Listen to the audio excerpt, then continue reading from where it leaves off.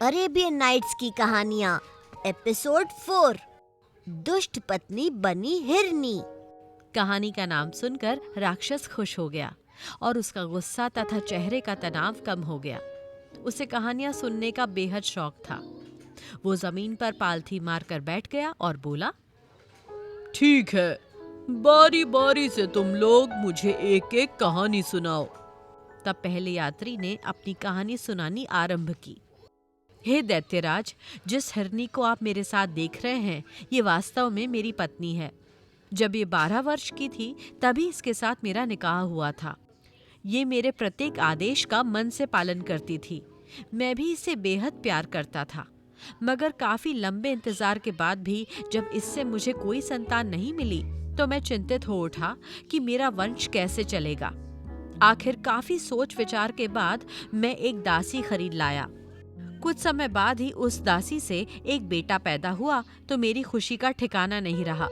मेरी पत्नी तो दासी से वैसे ही जलती थी, मगर उसके द्वारा मेरे वारिस को जन्म देने के बाद तो इसकी जलन की सीमा ही न रही। मुझे अफसोस है कि इस बात का पता मुझे बहुत दिनों के बाद पता चला। संयोग से उन्हीं दिनों मुझे व्यापार के सिलसिले में विदेश जाना पड़ा। जाते समय मैंने अपनी पत्नी को सख्त हिदायत दी कि मेरे पीछे बच्चे और माँ का पूरा पूरा ख्याल रखना, उन्हें किसी किस्म की कोई तकलीफ न होने पाए। मैं 1 साल के अंदर अंदर लौट आऊंगा। मगर मेरी पत्नी को तो मेरे जाते ही खुलकर अपनी मर्जी करने का मौका मिल गया। ये उन पर अत्याचार करती रही। मेरे पीछे से इसने जादू टोना भी सीख लिया। अपने उसी जादू टोने के बल पर इस दुष्टा ने मेरे बच्चे और उसकी माँ को गाय बछड़ा बना दिया और उसे मेरे नौकर के सुपुर्द कर दिया और बोला, इसे अपने घर ले जाकर दोनों को खिला पिलाकर मोटा ताजा कर दे। परदेश से वापस आकर मैंने अपनी पत्नी से अपने पुत्र और उसकी माँ के बारे में पूछा। उसने कहा, तुम्हारी दासी तो मर गई है और तुम्हारा बेटा करीब 2 महीने पहले एक दिन खेलते खेलते न जाने कहाँ चला गया। मैंने उसे बहुत खोजा मगर पता ही नहीं चला कि वो कहाँ चला गया। मुझे अपनी दासी के मरने का बहुत दुख हुआ, मगर मैं क्या करता। आखिरकार सब्र करके बैठना पड़ा। किंतु मुझे आशा थी कि कभी न कभी पुत्र से मेरी भेंट अवश्य हो जाएगी। 8 महीने बाद ईद का त्योहार आया। मेरी इच्छा हुई कि इस त्योहार पर मैं किसी पशु की कुर्बानी दूं।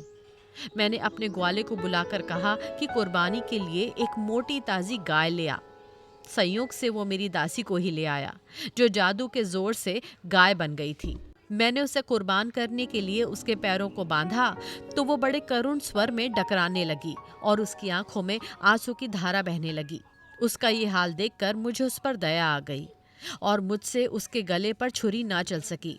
मैंने ग्वाले से कहा, इसे ले जा और कुर्बानी के लिए दूसरी गाय ले आ। ये सुनकर मेरी पत्नी बहुत क्रुद्ध हुई और कहने लगी, इसी गाय की बलि दी जाएगी। ग्वाले के पास इससे अधिक हष्ट पुष्ट और कोई गाय नहीं है। उसके भला बुरा कहने पर मैंने फिर छुरी हाथ में ली और गाय की कुर्बानी को उद्यत हुआ। इस पर गाय और भी चीख पुकार करने लगी। मैं अजीब दुविधा में पड़ गया। अंत में मैंने छुरी ग्वाले को दे दी और कहा, मुझसे इस गाय पर छुरी नहीं चलती, तू ही इसकी बलि दे दे। ग्वाले को गाय के रोने चिल्लाने पर दया न आई और उसने गाय की गर्दन पर छुरी फेर ही दी। जब गाय की खाल उतारी गई तो सबने देखा कि उसके अंदर अस्थि पंजर मात्र हैं, मांस का कहीं पता नहीं है। कारण ये था कि गाय का मोटा ताजा होना तो केवल मायाजाल के कारण था। मैं उस ग्वाले पर नाराज हुआ कि गाय को ऐसी दशा में क्यों रखा जिससे कि वो ऐसी दुबली पतली हो जाए। मैंने गाय ग्वाले को दे दी और कहा, तू इसे अपने ही काम में ला। मेरी कुर्बानी करने के लिए कोई बछड़ा ही ले आ, किंतु वो मोटा ताजा होना चाहिए, इस गाय की तरह नहीं। ग्वाला शीघ्र ही एक मोटा ताजा बछड़ा ले आया। बछड़ा देखने में भी बड़ा सुंदर था।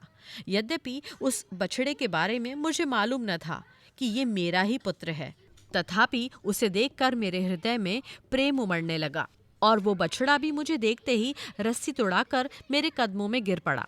इस बात से मेरे दिल में प्रेम का स्रोत और जोर से उबलने लगा और मैं सोचने लगा कि ऐसे प्यारे बछड़े को कैसे मारूं।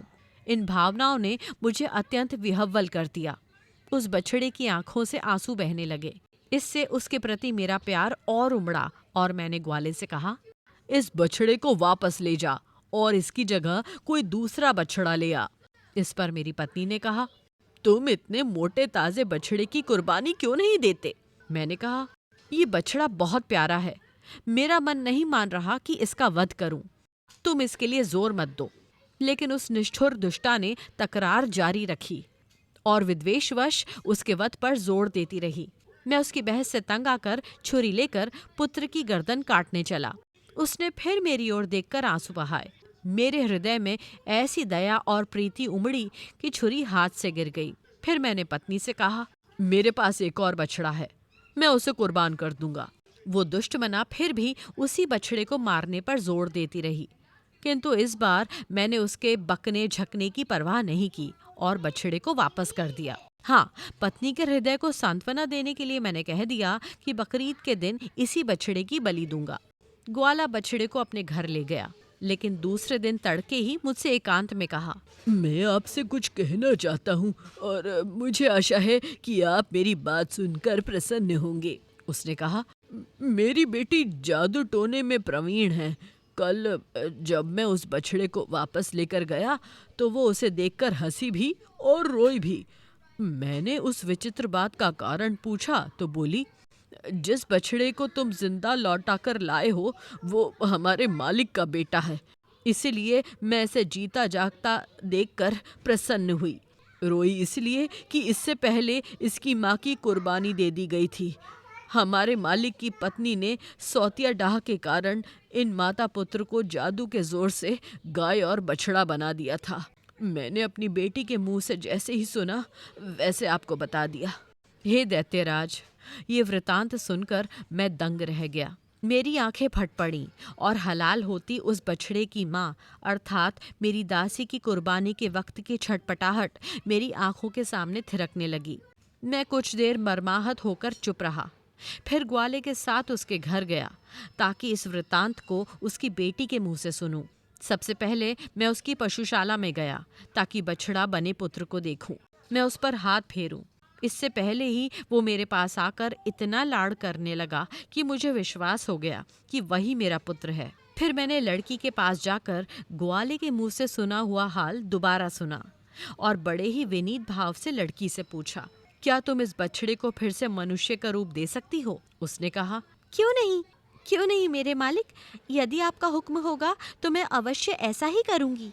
ऐ नेक लड़की, यदि तुम ऐसा कर दोगी तो मैं अपनी सारी संपत्ति तुम्हें दे दूंगा। मुझे धन संपदा नहीं चाहिए मालिक, लड़की ने मुस्कुराकर कहा। हम लोग आपके सेवक हैं, आप हमारे मालिक हैं, आपकी आज्ञा शिरोधार्य है। किंतु बछड़े को मनुष्य रूप में मैं 2 शर्तों पर कर दूंगी। एक तो ये कि इसके मनुष्य बन जाने पर आप उसका विवाह मेरे साथ कर दें, और दूसरा ये कि जिसने इसे मनुष्य से पशु बनाया है उसे भी थोड़ा दंड दिया जाए। मैंने उत्तर दिया, मुझे तुम्हारी पहली शर्त बिल्कुल मंजूर है। मैं तुम्हारा विवाह अपने पुत्र के साथ कर दूंगा और तुम दोनों को इतना धन धान्य दूंगा कि जीवन पर्यंत तुम्हें किसी चीज की कमी नहीं रहेगी। दूसरी शर्त का निर्णय तुम्हारे ही हाथ छोड़ता हूँ। तुम जो भी दंड उसके लिए उचित समझोगी वही दंड उस दुष्टा को दिया जाएगा। हाँ, ये जरूर कहूँगा कि यद्यपि वो दुष्टा दंडनीय है किंतु उसे प्राण दंड मत देना। लड़की ने कहा, जैसा उसने आपके पुत्र के साथ किया है वैसा ही मैं उसके साथ करूंगी। ये कहकर उसने एक प्याले में पानी लिया और उसे अभिमंत्रित करके बछड़े के सामने लाकर कहा, ए ऊपर वाले के बंदे, अगर तू आदमी है और केवल जादू के कारण बछड़ा बना है तो अपना पूर्व रूप प्राप्त कर ले। ये कहकर उसने अभिमंत्रित जल उस पर छिड़का और वो तुरंत ही मनुष्य रूप में आ गया। मैंने उसे छाती से लगा लिया। मैं काफी देर तक उसे प्यार करता रहा। उसे देख देख कर मेरा जी नहीं भरता था। अंत में मैंने उससे कहा, इस लड़की के कारण ही तुमने फिर से मानव देह पाई है। तुम इसका एहसान चुकाओ और इसके साथ विवाह कर लो। पुत्र ने सहर्ष मेरी बात मान ली। लड़की ने इसी प्रकार जल को अभिमंत्रित करके मेरी पत्नी को हिरनी का रूप दे दिया। मेरे पुत्र ने उस लड़की के साथ विवाह किया, किंतु दुर्भाग्यवश वो थोड़े ही समय के बाद मर गई। मेरे पुत्र को इतना दुख हुआ कि वो देश छोड़कर कहीं चला गया। बहुत दिनों तक मुझे उसका कोई समाचार नहीं मिला।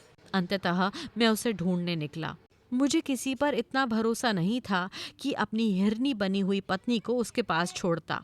इसलिए मैं उसे अपने साथ लिए हुए अपने पुत्र की खोज में देश विदेश घूम रहा हूँ। यही मेरी और इस हिरनी की कहानी है। अब आप स्वयं निर्णय लें कि ये घटना विचित्र है या नहीं। दैत्य ने कहा। निसंदेह विचित्र है। मैंने व्यापारी के अपराध का 1/3 हिस्सा माफ कर दिया। जब पहला यात्री अपनी कहानी कह चुका तो दूसरे ने, जो अपने साथ 2 काले कुत्ते लिए था, दैत्य से कहा, मैं भी अपना और इन दोनों कुत्तों का इतिहास आपके सम्मुख रखता हूँ। यदि ये कहानी पहली से भी अच्छी हो तो आशा करता हूँ कि उसे सुनने के बाद व्यापारी के अपराध का 1/3 भाग और क्षमा कर दिया जाए। दैत्य ने कहा, अगर तुम्हारी कहानी पहली कहानी से अधिक विचित्र हुई तो मैं तुम्हारी बात जरूर मानूंगा। इस पर उस यात्री ने ये कथा सुनाई। To be continued.